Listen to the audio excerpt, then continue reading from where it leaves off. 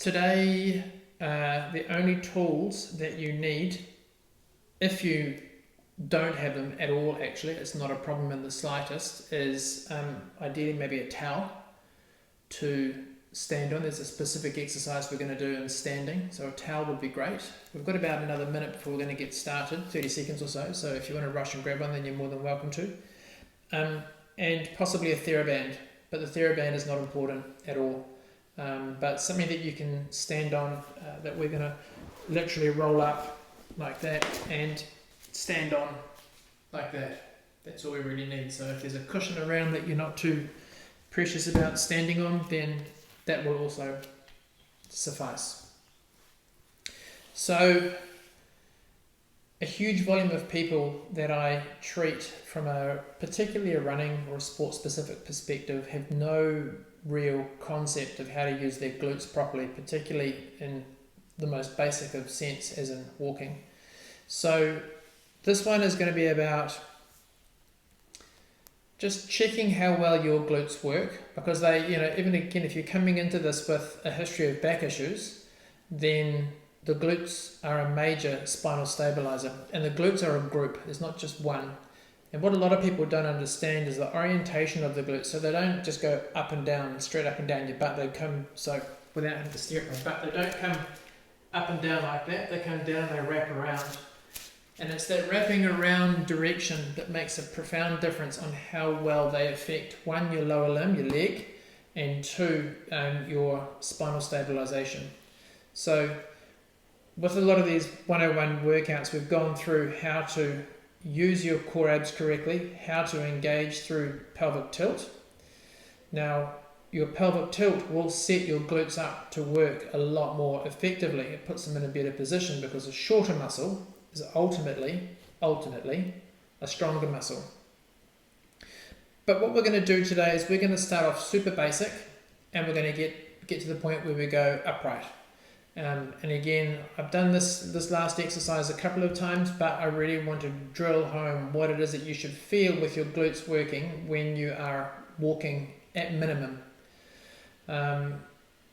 So as I say, grab a towel if you've got one, or a TheraBand as well, but the TheraBand, I don't even think I'm really going to use it, but I'll explain how you can use it. So we're trying to keep this as basic as possible as far as equipment is concerned. Okay, so again, we're just going to start by getting our pelvis in the right place, focusing on pelvic tilt, and then we're going to progressively go from super basic glutes, like really, really easy, to upright and getting you feeling them working when you are actually in standing. Just a little side note, and I will reiterate this more towards the end. When you are standing, just standing and not walking, your glutes are off.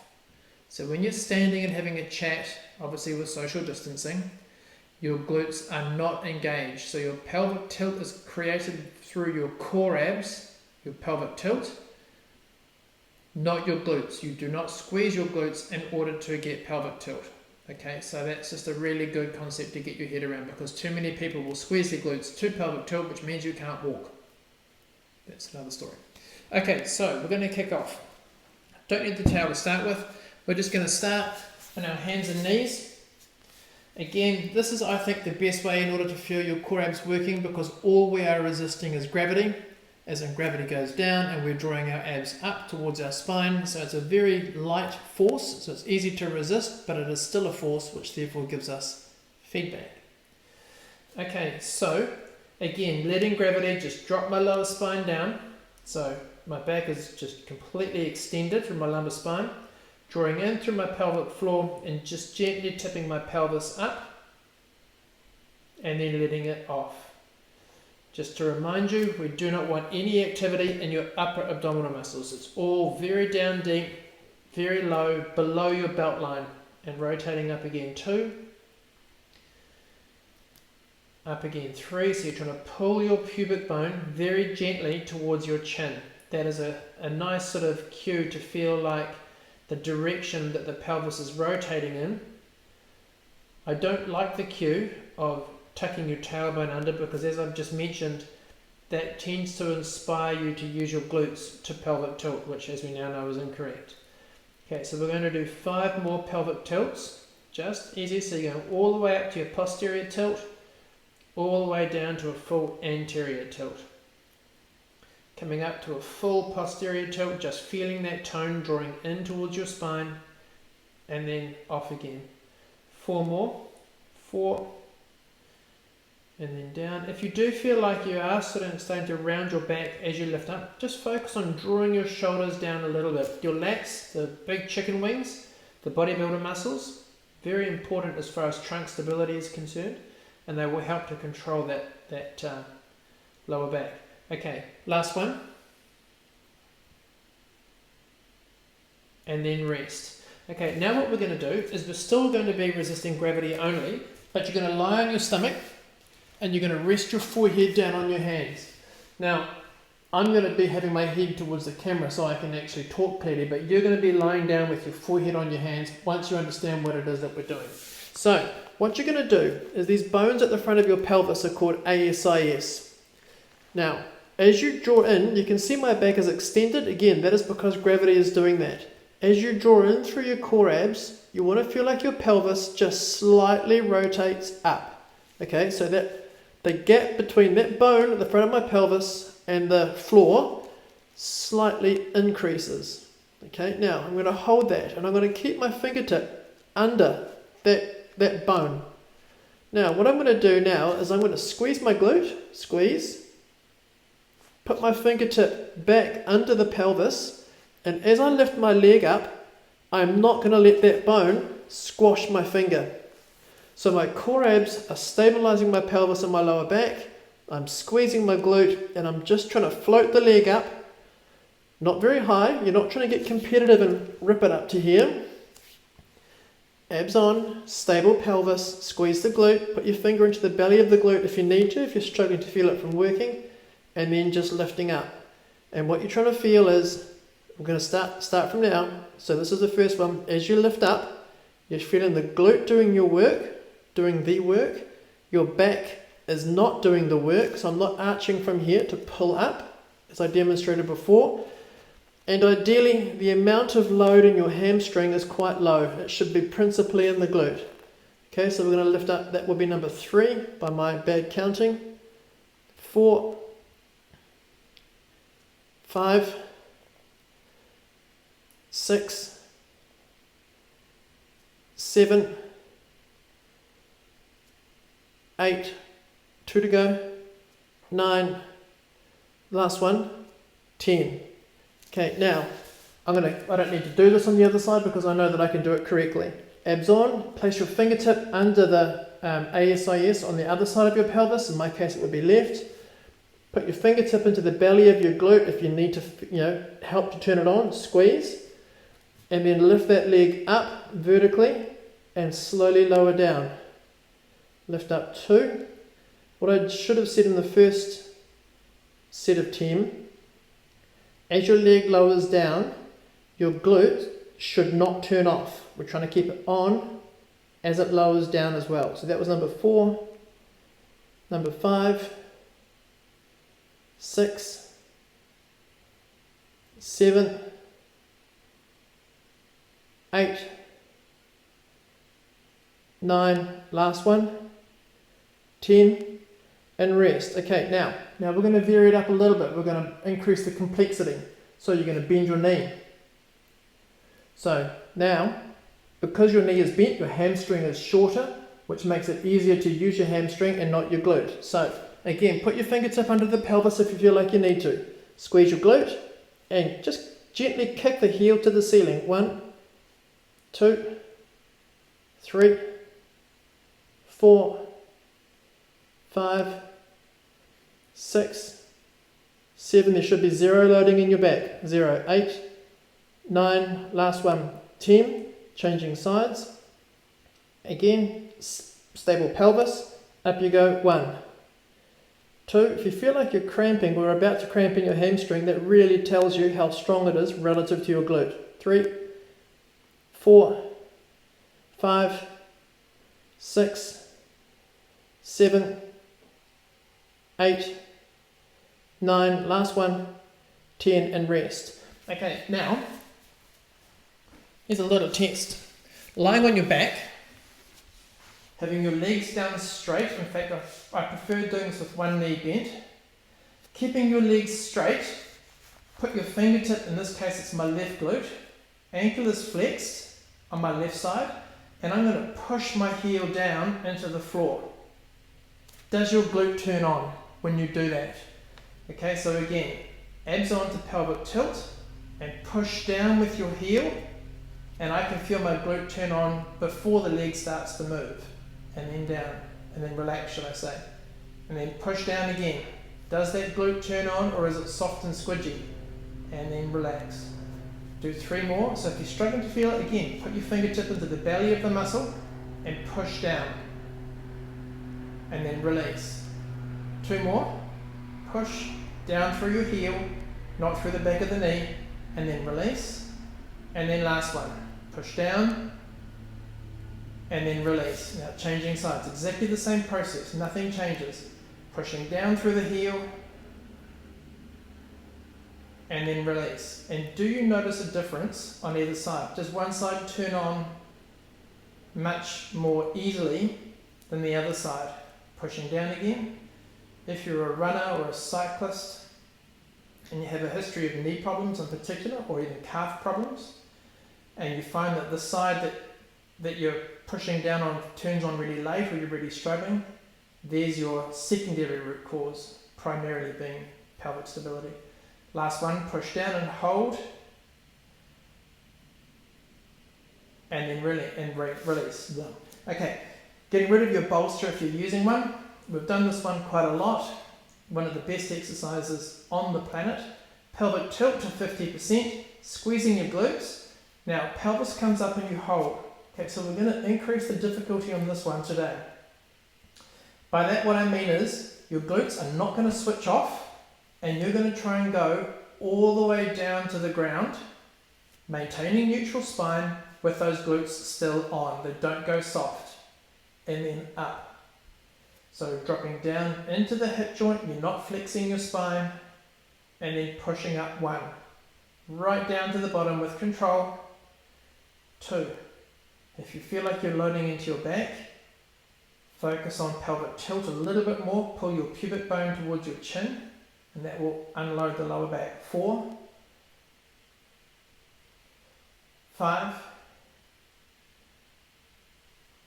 6, 7, 8, 2 to go, 9, hold at the top. Push down with your arms. Now, float your right foot off. Does your pelvis stay still, or does it twist? Okay, and down. Squeeze your right glute. Take your left foot off. Which side is harder? Are you noticing a sort of a theme or a recurring pattern? And down. And resting down. Okay, so that's not overly functional. But again, you're looking for those patterns. Now, this next one is something I'm going to demonstrate. Traditionally, I would do this with like a small ball, like a basketball or something like that, with my knee against the wall. And I should have said earlier that you needed a wall, but if you don't, you can come back to this. You want to feel like, as you stand near a wall, you bring your, in this case, my left knee forward, put your toe behind the back of your knee. So my left toe is behind the back of my right knee, and I push my knee into the wall. So I'm trying to push. Now I haven't moved, I haven't shifted sideways. As I push my knee into the wall, I very slowly drop down into a half squat without my knee moving, and then up. And if you do this correctly, if that knee doesn't move, you should really feel that glute load up. So now we're getting more functional. Pelvic tilt and up. Okay, so that's something that I think that you should try and come back to under your own steam. Now we're going to grab our towel. So you roll your towel up, and what I want you to do is you're going to stand with your heel on top of the towel. If you've got a wobble board, even better. I appreciate you can't see my face, but that's fine. If you've got a wobble board, even better. But you want to have your foot slightly reclined. I'm going to show you in two different planes. So here, pelvic tilt. Now, and I'm going to show you side on as well, so don't go yet. Maintaining neutral spine. Now imagine I've got the wall behind me, as in I'm leaning against it, which I'm not. You go down part way, squeeze your bum, and then come up. Okay, now notice as I do this, my knee tracks straight. It's not drifting in like that. Okay, so side on, heel, upright. I'll move my hands so you can see. Now I slide down, slowly slide down the vertical wall. I'm not trying to go too deep. And I squeeze my glute to pull up. Sliding down, and ideally you're feeling your inner quad as well, VMO. Up 2. Sliding down slowly. 3. 4. 5. 6. This is an excellent exercise again for runners. 7. I can really feel that glute working. 8. 9. And 10. Okay, to the other side. Again, it's always, and I keep repeating this, but there is so much value in making a note, maybe literally or at least mentally, of the difference that you feel between your left and right side. As a little side note, if you do feel like one side, and you're doing these exercises under your own steam, if you do feel like one side is working a lot more betterer, one of my favourite words, than the other side, then what I would suggest you do is do this exercise, but double it up. So if my left side is struggling relative to my right, do 2 to 1 on the left than the right, just to try and again reinforce that pattern.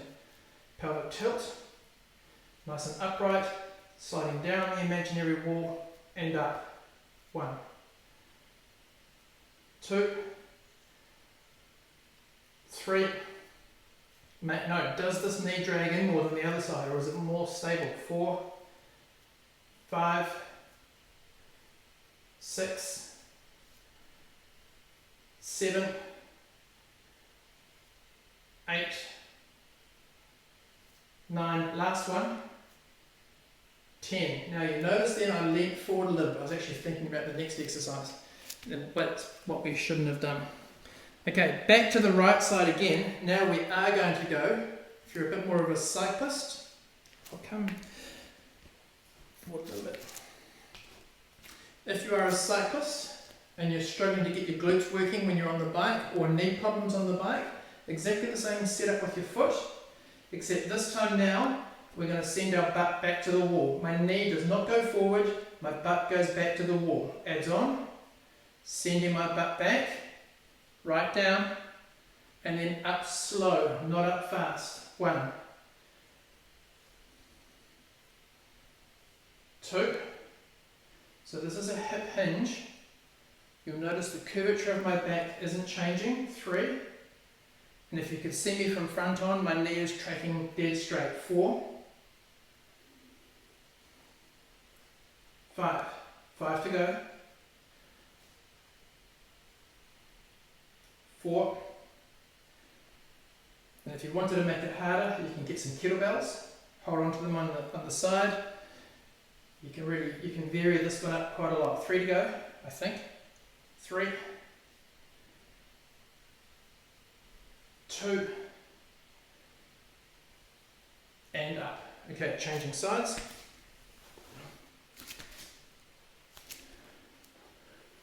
Nice and upright. Pelvic tilt. Again, sit back slowly, slowly. Reach your hip back. Up 1. Down. Up 2. And I'm lifting up from my core abs. I lift up 3 from here so that I don't do this. 4, arch my back to come up. 5, 6, 7, 2 to go. My balance is not good on this left side. Last one down. Okay, and rest. All right, getting rid of your towel. Lying back down, now we're going to progress into a single leg bridge. So this is a lot more complex than a traditional double leg bridge that we've been doing thus far. So we're going to break it down a little bit and really start to challenge left versus right glute control. So again, put your arms down by your side and you can push down with your lats to help create some stability. Pelvis comes up, again you've got your pelvic tilt, everything's nice and engaged.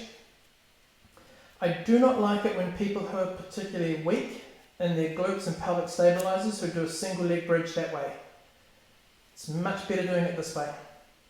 And I can explain reasons if you want, you can just ask me later. So, pelvis is square, it stays square, it doesn't twist. Squeeze my right glute, take my left foot off, and now I drop carefully halfway down into my right hip and up 1. So I'm not flaring my ribs. 2. And I'm not using my back at all. 3. 4. If you're really struggling, just reduce your range. 5, or just stay up and actually don't move.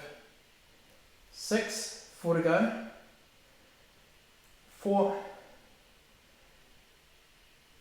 3, 2, last one, and changing sides.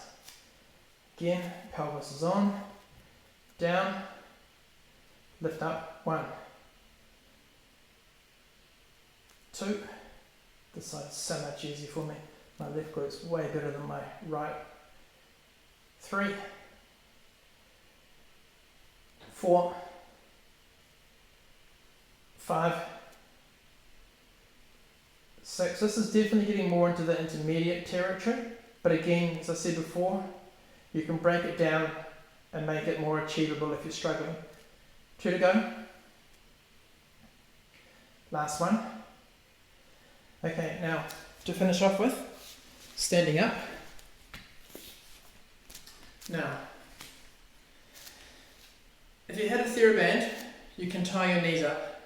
But again, it's not that important to do it with this one. You're going to stand on one leg, so it's good that I'm standing side on, and you're just going to rest your toe, just rest it on the ground.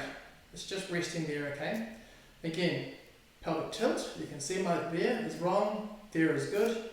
Put my fingertip into the belly of my glute, turn it on, and I gently squeeze my glute to pull my leg back as far as I possibly can to there, without doing that.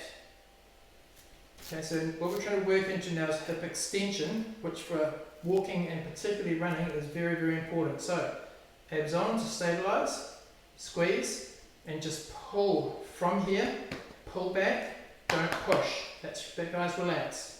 And then off. Pull back 2, 3, pull 4, not trying to push from your heel, as far back as you can go 5 without your pelvis tipping forward. 6, 7, 8, 9, last one, 10, and changing sides, straight into the other side, toe resting down, pelvic tilt. You can see how much I like to arch my back, upper back that is. Again, squeeze your left glute and pull. 1. Does one side feel easier than the other? 2. Now, as I said before, my left glute works a lot better than my right, which means that my left hip flexor has got more range. 3, so I feel like I can get a lot further back on this left side. 4, 5, 6, 7, 8, 9, last one, 10, and rest. Okay, now we're going to actually go back to out of function a little bit. We're going to go back onto our hands and knees, and we're going to finish off with what looks to be on the surface a particularly easy exercise. It's just another 4-point kneeling exercise, but getting it correct is really quite tricky. So, hands and knees, knees under hips, hands under your shoulders, shoulders again are drawn down, abs on to get 50% pelvic tilt. Now it's hard for me to cue this from here. I'm trying to focus on squeezing my right glute. This is a very powerful exercise for cyclists. So I can feel my right glute is engaged now. Without weight shifting to the left, my glute is engaged and I lift my leg up. Now where this can get tricky, as we're just going to do lowers and lifts like that, is because this hip is now unsupported, it can twist. So we're actually challenging our left side lateral hip as well. Okay, so squeezing through my right glute, float the right leg out and hold it, glute is on. Right side pelvis stays up and you can actually put your fingertip under the pelvis, lower the leg down, squeeze and lift up. 1, 2, 3, very particular with your lower back, 4, 5,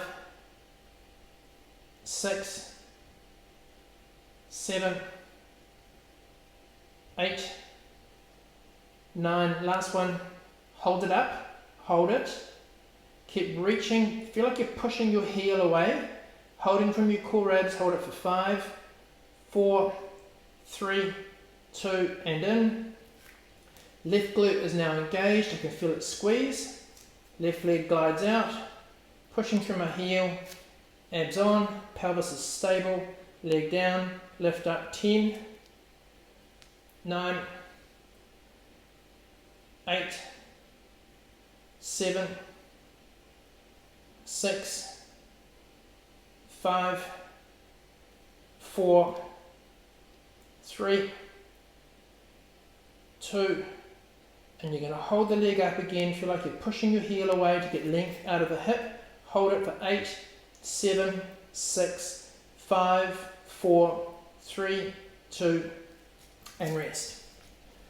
Okay, so to summarize, if you feel as though for pretty much all of those exercises, okay, maybe the single leg bridging and the single leg squatting, standing on the towel as you were sitting back into the hip versus going up and down, if they were a bit of a challenge, that's fine. But if for the majority of those exercises you felt that you could control the glute and you could feel it working, then there is no excuse for you not to be able to engage correctly while you are walking and or running.